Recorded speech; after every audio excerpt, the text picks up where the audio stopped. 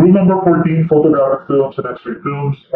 These are the other chapters, to be honest. Yung pa sa kanila parang medyo, not really, I wouldn't spend too much time on these chapters. In some of these chapters kasi parang medyo highly specialized.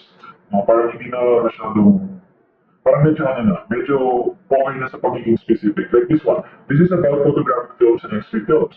So, ang sinasabi lang naman niya, I'll do this quickly, I don't want to spend too much time here. If you are storing film, which is highly combustible, okay? Film is highly combustible.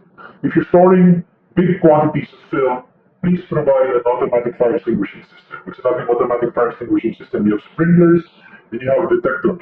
Smoke detectors, or heat detectors, or whatever. Basta dapat may detector. Now, automatically mag-trigger ng sprinkler pag may sunog. How much film should you have to fall under here? Nakalagay. If you have unexposed film exceeding 14 cubic meters, if you have shelves 1.4 cubic meters in capacity to store film, you have to have an automatic fire extinguishing system, and do not store films closer than 600 millimeters from steam pipes, chimneys, and other sources of heat. Again, mabilis pag-lihat.